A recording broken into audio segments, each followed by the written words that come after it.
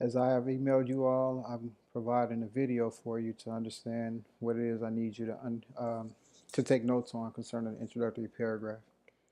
First and foremost, we want to log into our Blackboard. And when we go to our Blackboard course, we want to make sure we take a look at the paper assignment. So you notice I have here paragraph assignments. Click on it. Our next screen should give us the possible writing topics for semester paper, and then of course the different places where we are supposed to submit our final draft of our whatever it is we're working on. So right now we want to click on the possible writing topics for semester paper. You have several options here. You have comparison and contrast, you have classification, you have cause and effect, and you have argumentative. It's up to you to decide which one of the modes that you want to focus on, and from that mode which topic you want to focus on. So just keep in mind, just choose one of the topics based on the mode, and this is the mode you're going to stay committed to for the rest of the semester. All right, so now that you know what that is, make sure you read it and get an understanding about the topics, because you might find something interesting to write about. The idea is you want to make sure you zone in on that topic before you start writing the introductory paragraph. All right, so that's that.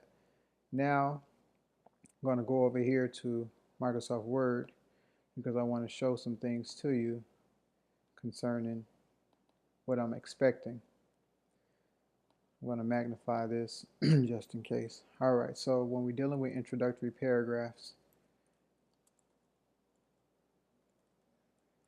there are several things we need to make sure we keep under our belt. The first thing is a hook.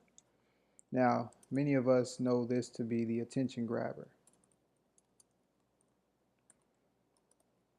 but sometimes we don't realize how effective we can be with the hook.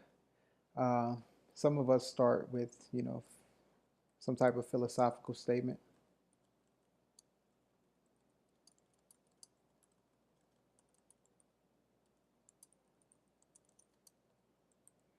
Some of us start with some type of question, or we like to consider it a rhetorical question.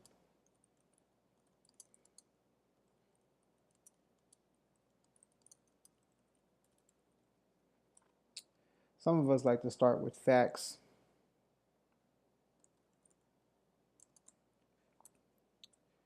But be careful of this one, because when we start, dealing with facts, many people feel that they can do research the proper way and then provide the proper citation for it. So I do want you to avoid uh, using this approach to attention grabber for this particular paper that you have to write for the semester, because it's not a research paper. If you were working on a research paper, then it would be great to do some research to find out particular facts or percentages towards something that you're trying to work on. So avoid this option. Another one is people like to start with narratives, as in start with a story of some sort. Okay, these are different ways you can grab the reader's attention. Now the idea is you don't want to start all bland and just, okay, my topic is this and I'm going to talk about that. No, the idea is you want to grab my attention immediately. And the way you do that is you try to be innovative, you try to be, I guess you could say, energetic and enthusiastic about the topic that you have. So just kind of keep that in mind. Some people like to start with talking about yourself in third person, i.e.,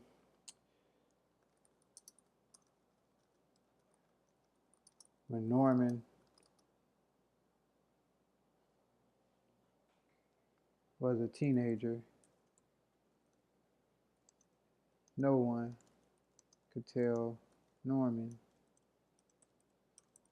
anything. And already, that kind of setup kind of lets you get the reader curious to say, where is he going with this?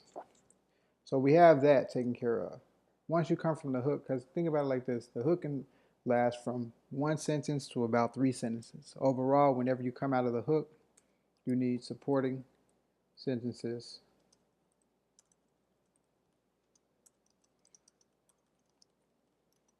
for the overall message you are trying to convey.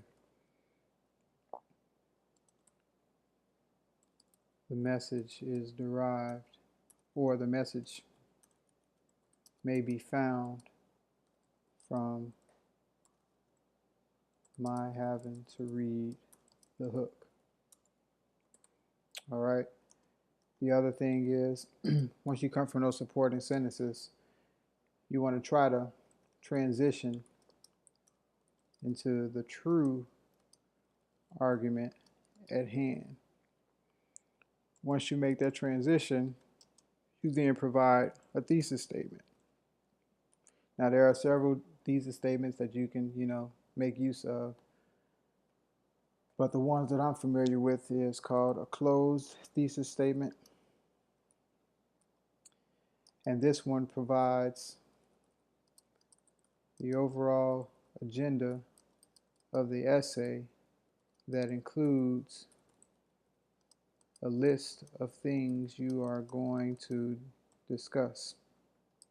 It lets the reader know everything and lets the reader know what to expect. An open thesis basically provides the overall agenda of the essay, and it does not include a list. Okay, so that's what I'm talking about when I'm talking about introductory paragraph. So please, oh please, adhere to this small, quick demonstration of what I mean by an introduction. And last but not least, I do expect the introduction to be at, somewhere between 6 to 8 sentences.